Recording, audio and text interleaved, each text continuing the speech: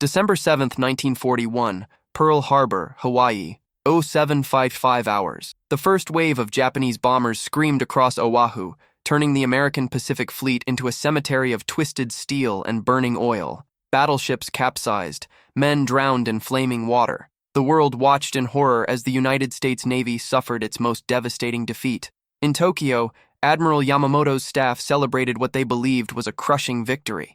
The American surface fleet lay in ruins. Japan now controlled the Pacific. But in the chaos and smoke of that terrible morning, 52 American submarines slipped quietly away from their moorings, submerging into the dark waters where no Japanese bomb could reach them. These ghost ships, dismissed by Japanese naval command as ineffective relics of outdated warfare, would become the silent executioners of the entire Japanese empire. What followed was not just a war, it was a systematic strangulation. A slow-motion apocalypse that would see the third largest merchant fleet in the world simply vanish beneath the waves, taking with it every drop of oil, every grain of rice, and every bullet that Japan needed to survive. The Japanese high command laughed at American submarines in 1941. By 1945, they would be begging for mercy from an enemy they could not see, could not hear, and could not stop. If stories like this make you feel the heartbeat of history, subscribe and join us as we uncover what the world tried to forget. The USS Wahoo cut through the black waters of the Pacific on January 26, 1943, her diesel engines pushing her toward the Japanese-held coast of New Guinea. Inside the cramped control room, Lieutenant Commander Dudley Morton stood over the navigation charts, his eyes burning with an intensity that made his crew both terrified and inspired. Morton was different from other submarine captains. While most commanders in the early war years treated their submarines as scouts, sneaking around the edges of Japanese convoys and taking cautious shots from maximum range, Morton hunted like a wolf. He took Wahoo directly into the throat of enemy formations, firing torpedoes at point-blank range, surfacing to finish off survivors with his deck gun, turning his submarine into a surface raider that operated with shocking aggression.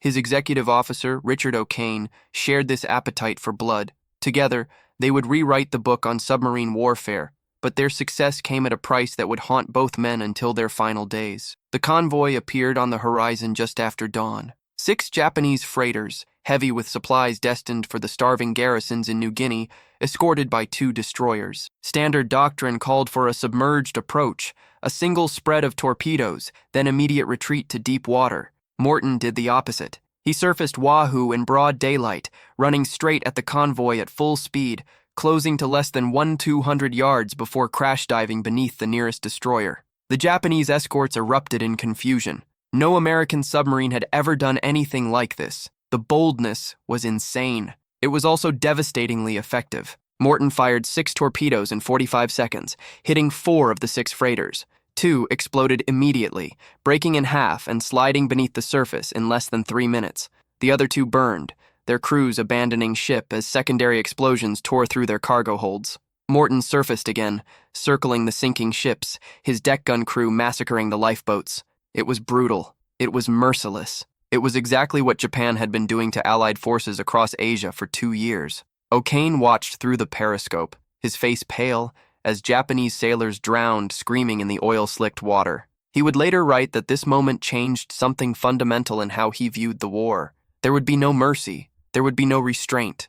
This was extermination. But Morton's aggressive tactics revealed a terrifying problem that threatened to cripple the entire American submarine campaign before it could begin. Of the 6 torpedoes Morton fired at that convoy, 4 should have hit.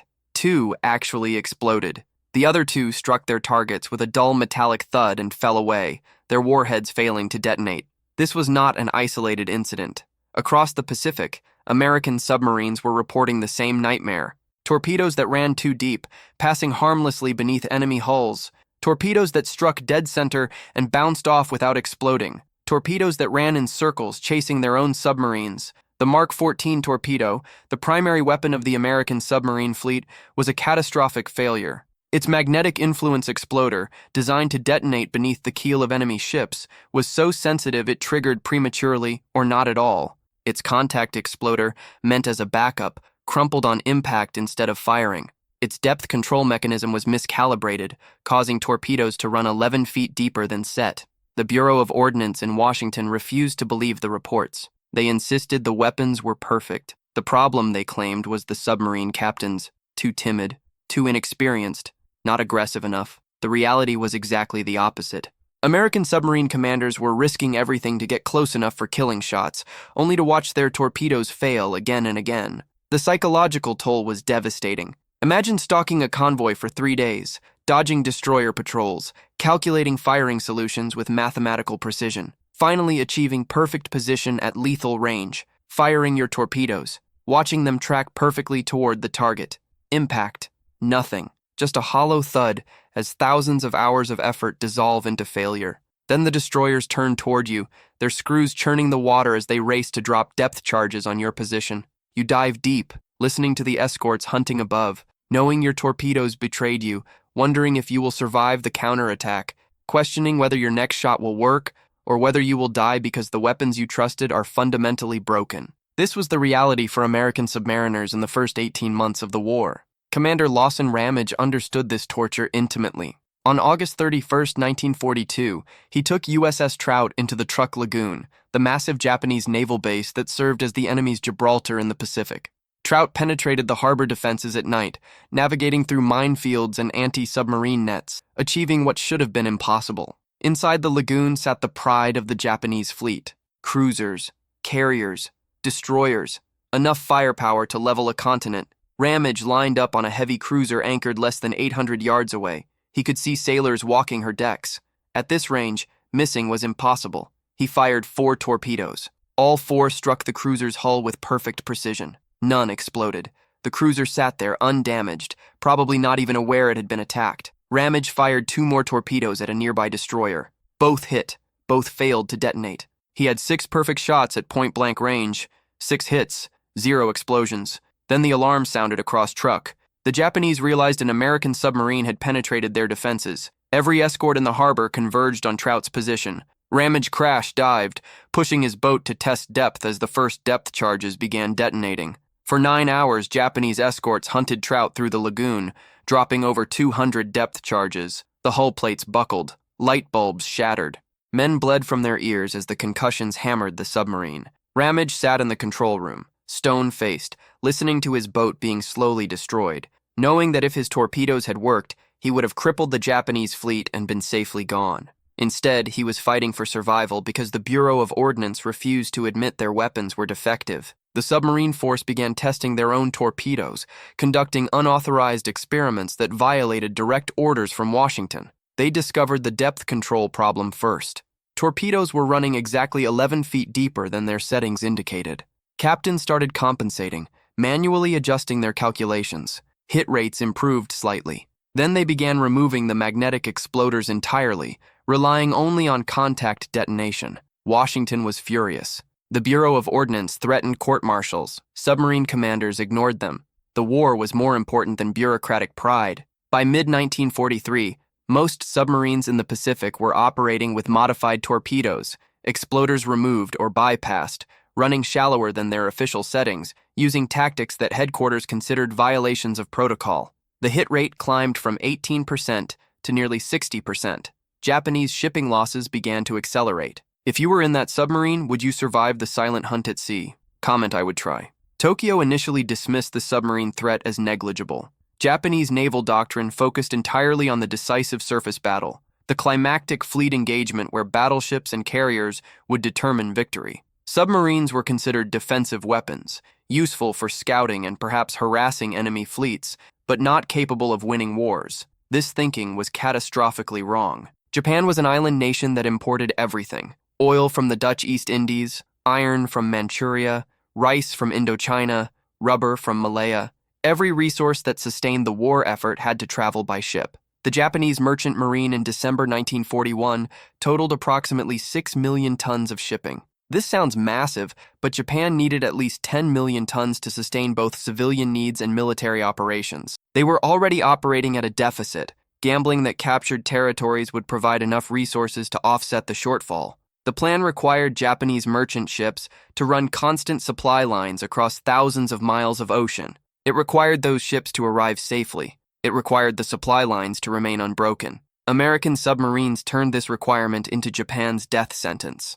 The USS Silversides departed Pearl Harbor on April 30th, 1942, under the command of Lieutenant Commander Creed Burlingame. Her mission was simple: transit to the Japanese-controlled waters around Tokyo Bay and sink everything that moved. No restrictions, no mercy. Commerce warfare in its purest form. Silversides arrived on station in late May, just as a Japanese convoy departed Yokohama carrying industrial equipment and ammunition to the South Pacific. Burlingame tracked the convoy for 6 hours, waiting for nightfall, then surfaced and raced ahead of the formation. At 2200 hours, he positioned Silversides between the convoy and the coast, backlit the lead freighter against the glow of shore lights, and fired 4 torpedoes from 1,400 yards. 2 hit. The freighter, loaded with ammunition, detonated in a fireball visible from shore. The explosion was so massive it broke windows in Yokohama, 15 miles away. The escort scattered in panic, dropping depth charges randomly, hitting nothing. Burlingame calmly reloaded, selected his next target, and fired again. 3 more hits, 2 more ships sinking. By dawn, 5 Japanese freighters lay on the bottom. Silverside slipped away without taking a single depth charge. The patrol lasted 60 days. Silverside sank 14 ships. Over 70,000 tons of Japanese shipping simply ceased to exist. 1 submarine. 60 days. The economic equivalent of losing an entire port city. The Japanese High Command began to realize they had a serious problem. Merchant ship losses in the first year of the war totaled 1.5 million tons. This was sustainable barely if construction could replace losses. But American submarines were becoming more aggressive, more skilled, more numerous. New Gato-class submarines were entering service at a rate of 3 per month. Each one carried 24 torpedoes. Each one could stay at sea for 75 days. Each one operated with near impunity because Japanese anti-submarine warfare was, by any measure, pathetically inadequate. Japan entered the war with a merchant marine designed for peacetime coastal trade. Their escorts were few and poorly equipped. Their sonar technology was primitive. Their depth charges were underpowered. Their convoy doctrine was almost non-existent. Japanese merchant captains sailed independently, relying on speed and luck rather than coordinated protection. American submarines slaughtered them. The USS Flasher slipped through the Makassar Strait on December 4, 1944, hunting for targets in the narrow waters between Borneo and Sulawesi. Commander George Grider brought Flasher to periscope depth as morning light filtered through the tropical haze. What he saw made his heart race. Stretching across the horizon, the largest Japanese convoy he had ever encountered, 30 ships, tankers, freighters, troop transports, escorted by at least 6 destroyers and several smaller patrol craft. This was the kind of target that submarine captains dreamed about. It was also the kind of target that got submarines killed. Grider called his officers to the control room. The attack plan was insane. Flasher would penetrate the convoy screen at periscope depth, fire torpedoes from inside the formation, then crash dive beneath the convoy and escape out the back before the escorts could react. One mistake, one equipment failure, one unlucky detection, and Flasher would be obliterated. Grider ordered the attack. Flasher moved like a ghost through the screening destroyers, her periscope barely breaking the surface, her electric motors running silent.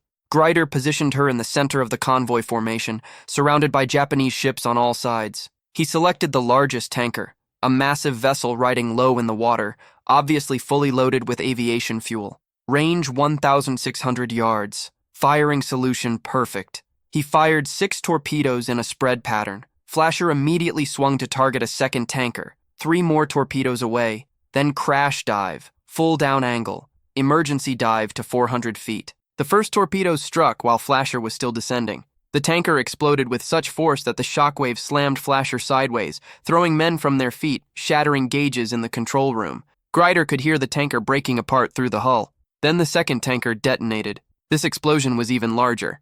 Aviation fuel ignited in a fireball that consumed 3 nearby freighters. The convoy dissolved into chaos. Ships scattered in every direction, colliding with each other, some trying to flee, others dead in the water. The escort destroyers raced toward where Flasher had been, dropping depth charges on empty water. Flasher was already beneath the convoy, running silent at 400 feet, heading for open ocean. When Grider brought Flasher back to periscope depth 3 hours later, the ocean was empty except for wreckage and floating bodies. He had sunk 2 tankers totaling 26,000 tons and damaged at least 4 other ships.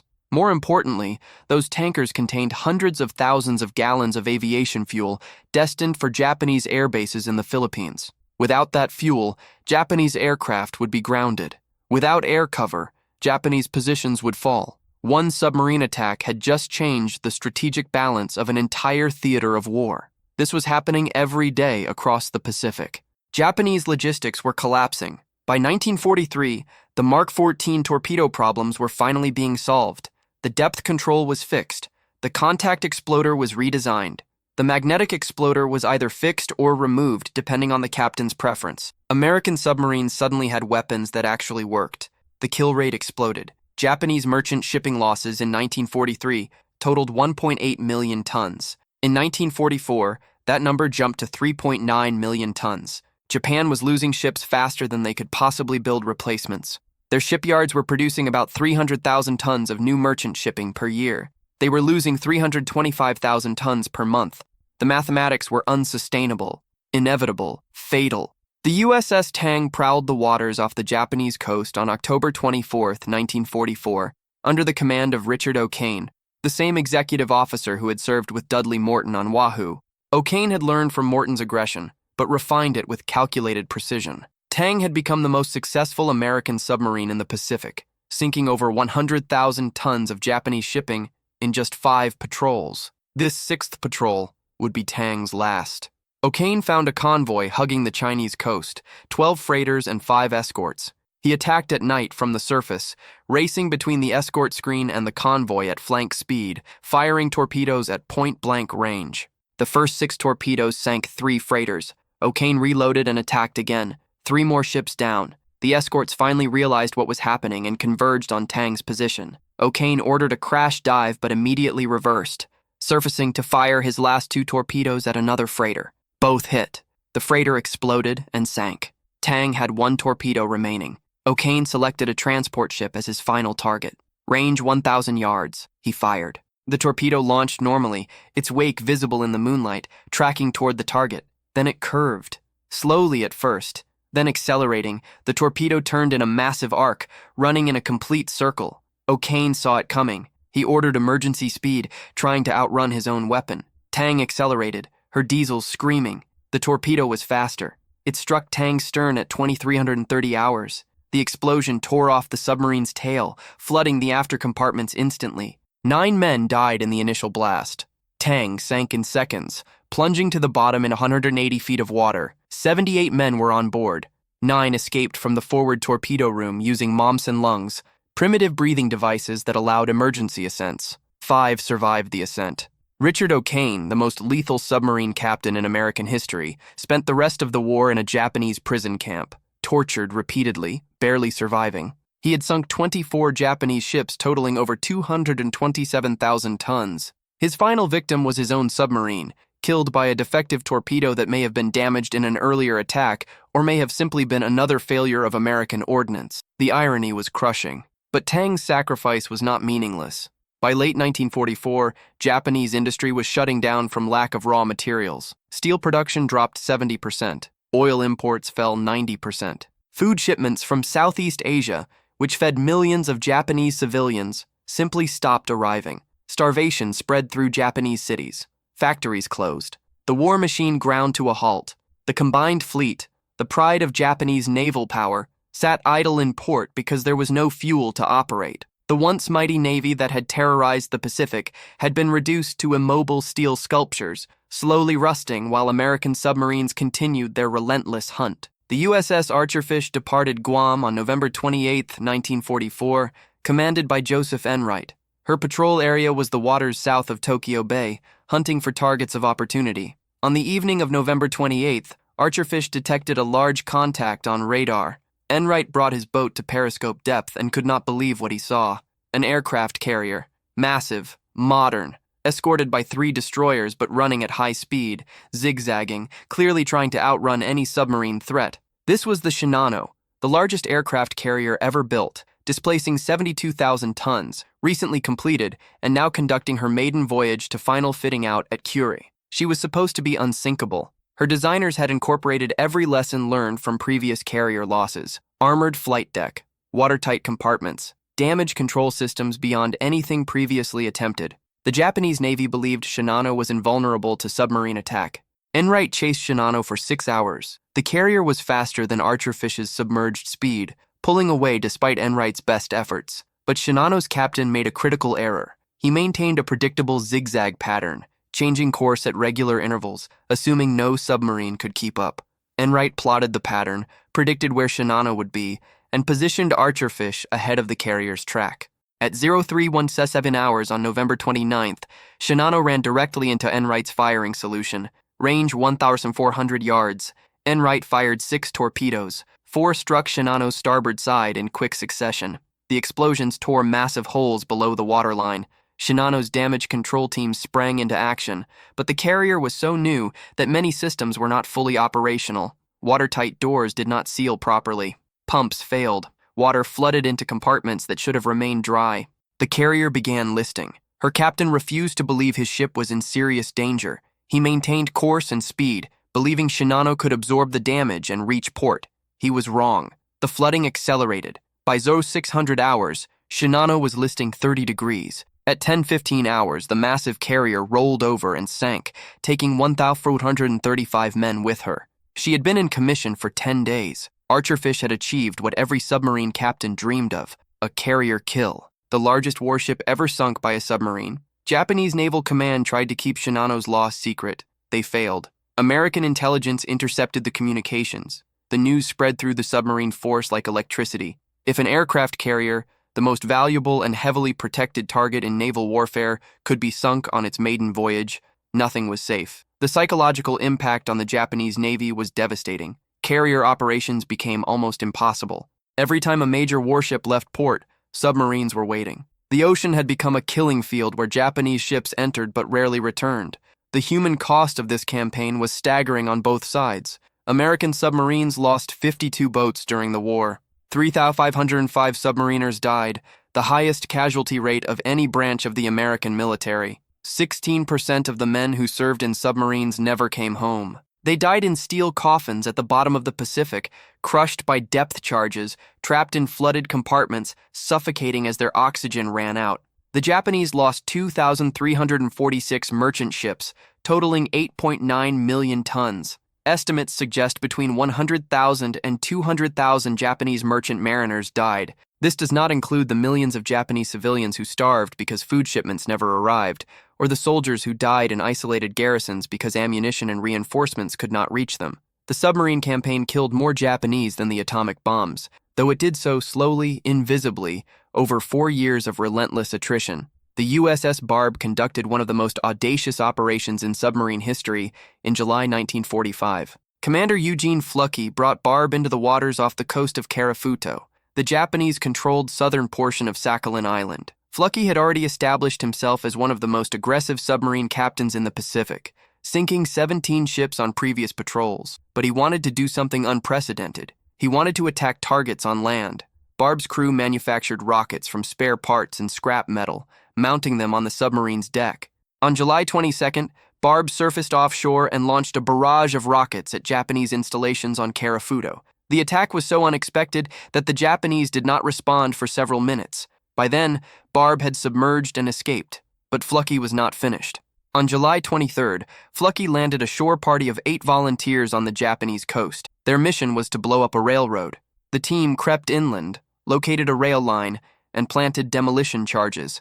They returned to the beach, swam back to Barb, and watched as a Japanese train approached the demolition zone. The charges detonated directly under the locomotive. The train derailed and exploded, probably carrying ammunition or fuel. Barb became the only American submarine in history to sink a train. The audacity was stunning. The message was clear. Nowhere in the Japanese Empire was safe. American submarines could strike anywhere, anytime, against any target. By August 1945, the Japanese merchant marine had been functionally annihilated. Only 1.5 million tons of shipping remained operational, barely enough to support minimal coastal trade. The empire was starving. Industry had collapsed. The population was on the verge of mass famine. American submarines operating with near total freedom were running out of targets. Some patrols returned without firing a single torpedo because there were simply no Japanese ships left to sink.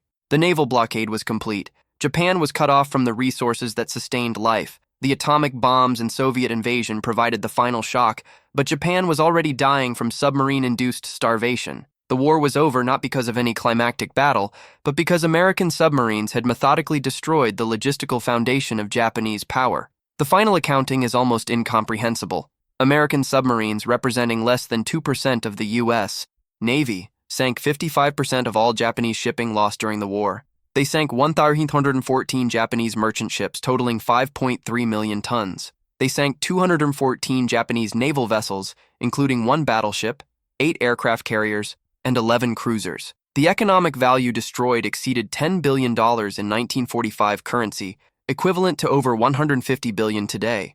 The strategic impact cannot be measured in numbers. Japan entered the war as an industrial power with the third largest navy in the world. By 1945, Japan was a pre-industrial society on the brink of societal collapse. American submarines accomplished what the entire Allied surface fleet could not. They brought a maritime empire to its knees by cutting the sea lanes that gave it life. The crews who achieved this victory remain largely unknown. There were no triumphant parades for returning submarines, no newsreels celebrating their victories. They operated in secret, hunting alone, dying alone, succeeding alone. When they returned to port after 60 or 70-day patrols, they restocked, refueled, and returned to sea. No rest, no recognition, just back to the hunt.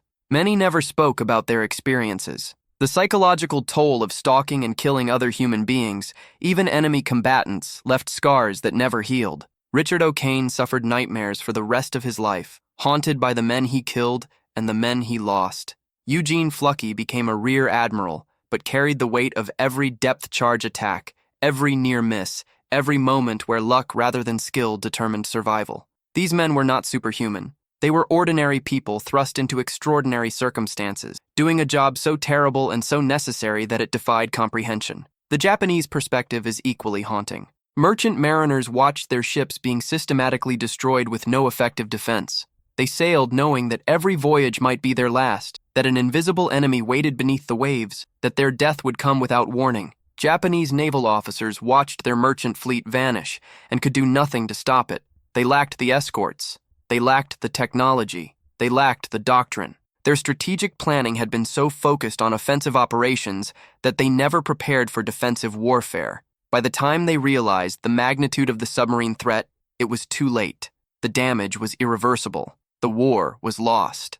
In the final months of the war, Japanese submarines attempted to replicate American tactics, targeting Allied supply lines. They failed almost completely. American anti-submarine warfare was vastly superior. Convoy escorts were numerous and well-trained. Sonar technology was advanced. Air cover was omnipresent. Japanese submarines managed to sink only 184 Allied merchant ships during the entire war, a fraction of what American submarines achieved against Japan. The disparity highlights how completely the United States dominated undersea warfare. American submarines were not just weapons. They were precision instruments of economic destruction, wielded with calculation and maintained with industrial excellence that Japan could not match. The technological innovations that emerged from the submarine campaign transformed naval warfare. The Gato-class submarine became the template for all future diesel-electric submarines.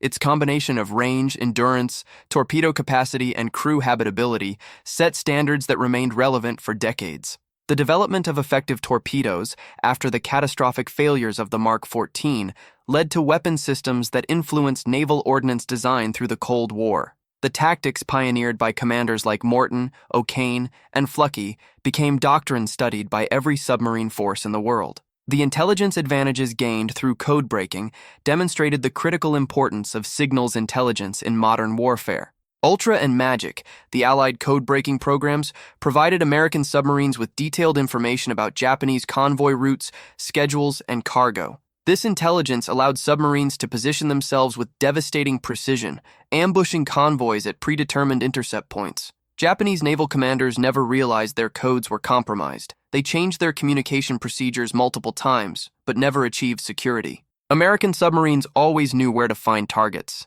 This advantage was decisive. The industrial capacity that supported the submarine campaign was equally important. American shipyards built 288 fleet submarines during the war, an average of one every 5 days. Each submarine represented thousands of tons of steel, miles of wiring, complex mechanical systems, and trained crews. The logistical infrastructure to maintain these submarines at forward bases across the Pacific was staggering. Repair facilities, fuel depots, torpedo storage, food supplies, spare parts, all had to be transported thousands of miles from the continental United States and kept operational under combat conditions. Japan attempted to build submarines at a similar pace, but managed only about 60 fleet submarines during the entire war. Their industrial capacity could not compete. Their logistics could not sustain extended operations. The outcome was predetermined by industrial mathematics long before the first shots were fired. The strategic implications echo through history. The submarine campaign against Japan demonstrated that modern industrial warfare is fundamentally about logistics. You can have the best soldiers, the most advanced weapons, the most brilliant strategies, but without the industrial and logistical support to sustain operations, you will lose. Japan learned this lesson in the most brutal way possible. Their military conquered vast territories, won stunning tactical victories, and fought with fanatical courage. None of it mattered because they could not move resources from where they existed to where they were needed. American submarines cut those movement routes. Everything else followed from that single strategic reality. The human dimension of this campaign deserves final reflection. Every ship that sank carried men who had families, dreams, fears. Every submarine that was lost held crews who believed in their mission and trusted their equipment. War reduces these individuals to statistics, numbers on damage reports, tonnage calculations, kill ratios, but each number represents a human being who experienced terror, pain, and death. The submarine war was particularly cruel because of its isolation. Surface battles at least offered the possibility of rescue. Air crews could bail out or ditch at sea. Submarine crews had no such options. When a submarine died, everyone on board died with it.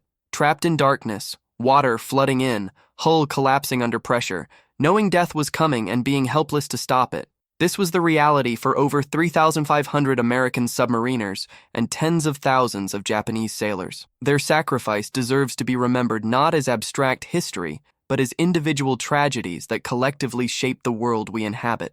The legacy of the silent service, as American submarines were known, extends far beyond World War II.